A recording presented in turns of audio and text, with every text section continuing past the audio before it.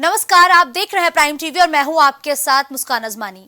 Mafia Mukhtar का अंत हो चुका है, लेकिन सालों सालों तक उसने पूर्वांचल पर अपना हक जमाया।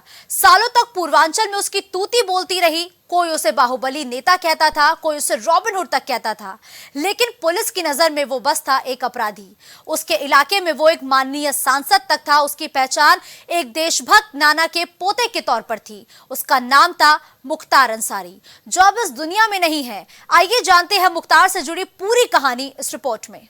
मुख्तार का मतलब होता है वो शख्स जिसे खुदा ने किसी काम के लिए बनाया हो, लेकिन मुख्तार अंसारी को बनना था पूर्वांचल का सबसे बड़ा कुख्यात क्रिमिनल और माफिया।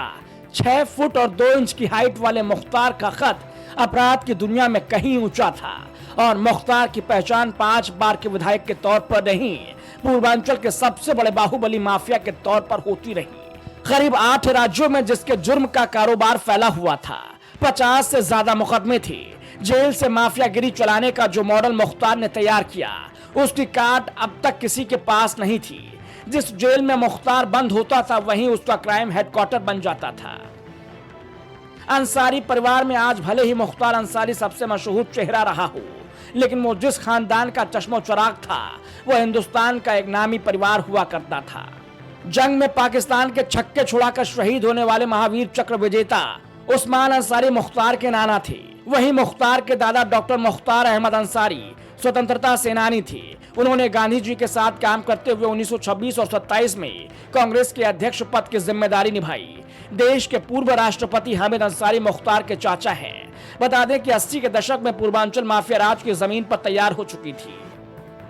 मुख्तार अंसारी से पहले उसके बड़े भाई अफजाल अंसारी और शब्तुल्ला अंसारी सियासत में आ चुके थे और मुख्तार के बड़े भाई अफजाल अंसारी मोहम्मदाबाद सीट से पहली बार 1985 में विधायक बने और फिर लगातार 5 बार यहां से चुनाव जीतते रहे। उसके बड़े भाई शब्तुल्ला अंसारी भी 2 बार विधायक रहे, लेकिन भाइयों में सबसे छोटे मुख्तार का नाम पूर्वांचल में सबसे बड़ा बनने वाला था। लगातार 5 बार विधायक बने मुख्तार अंसारी 1996 में पहली बार बसपा के टिकट पर जीतकर विधानसभा पहुंचे। 2002 में निर्दलीय चुनाव जीता। 2007 में एक बार फिर से निर्दलीय चुनाव लड़ा और जीत हासिल की।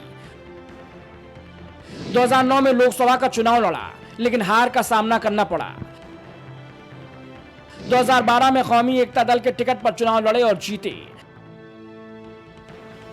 2017 में एक बार फिर से बसपा का दामन थामा और मऊ सीट से विजेता बने। वो कहते हैं ना कि बदनाम होंगे तो क्या नाम ना होगा। मुख्तार ने गाजीपुर इंटर कॉलेज में पढ़ने के दौरान इस साधु सिंह के गिरोह को ज्वाइन कर लिया था।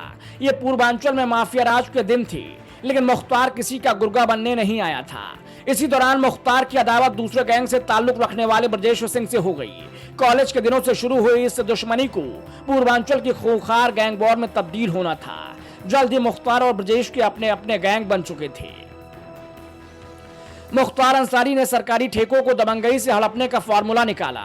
90 के दशक में मुख्तार अंसारी की पहचान बड़े भाई अफजाल अंसारी की पहचान से ज्यादा बड़ी हो चुकी थी और मुख्तार को मालूम था कि सियासत के साथ ही जुर्म के धंधों की हिफाजत करना था। 61 केस में नामजद मुख्तार यूपी की गैंगस्टर सूची में नाम, इंटर स्टेट गैंग 191 का सरगना। 2022 में अब तक 8 केसेस में सजा। अहम केस कृष्णानंद राय हत्याकांड। 2005 से जेल में बंद था मुख्तार। पूरब के इलाके में दबदबा। 1996 में बीएसपी के टिकट पर जीतकर पहली बार विधानसभा पहुंचने वाले मुख्तार अंसारी ने 2002, 2007, 2012 और फिर 2017 में भी मऊ से जीत हासिल की। इनमें से आखिरी 3 चुनाव उसने देश की अलग अलग जेलों में बंद रहते हुए लड़े और जीते थे। राजनीति की ढाल ने मुख्तार को जुर्म की दुनिया का सबसे खराब चेहरा बना दिया और हर संगठित अपराध में उसकी जड़ें गहरी होती चली गई। सियासी अदावत से ही मुख्तार अंसारी का नाम बड़ा हुआ और वो साल था 2002, जिसने मुख्तार की जिंदगी को हमेशा के लिए बदल दिया। इसी साल बीजेपी के विधायक कृष्णानंद राय ने अंसारी परिवार के पास साल 1985 से रही गाजीपुर की मोहम्मदाबाद विधानसभा सीट छीन ली। कृष्णानंद राय विधायक के तौर पर अपना कार्यकाल पूरा नहीं कर सके और महज 3 साल बाद यानी साल 2005 में उनकी हत्या कर दी गई। मुख्तार अंसारी पर यूपी में 52 केस दर्ज हैं। यूपी सरकार की कोशिश 15 केस में मुख्तार को जल्द सजा दिलाने की थी। योगी सरकार अब तक अंसारी और उसके गैंग की करोड़ों की संपत्ति को या तो ध्वस्त कर चुकी है या फिर जब्त। मुख्तार गैंग की अवैध और बेनामी संपत्तियों की लगातार पहचान की जा रही है। मुख्तार गैंग के अब तक करीब 100 अभियुक्त गिरफ्तार किए जा चुके हैं, जिनमें 75 गुर्गों पर गैंगस्टर एक्ट में कार्रवाई हो चुकी है। कुल मिलाकर मुख्तार अंसारी योगी सरकार के टारगेट पर भी था।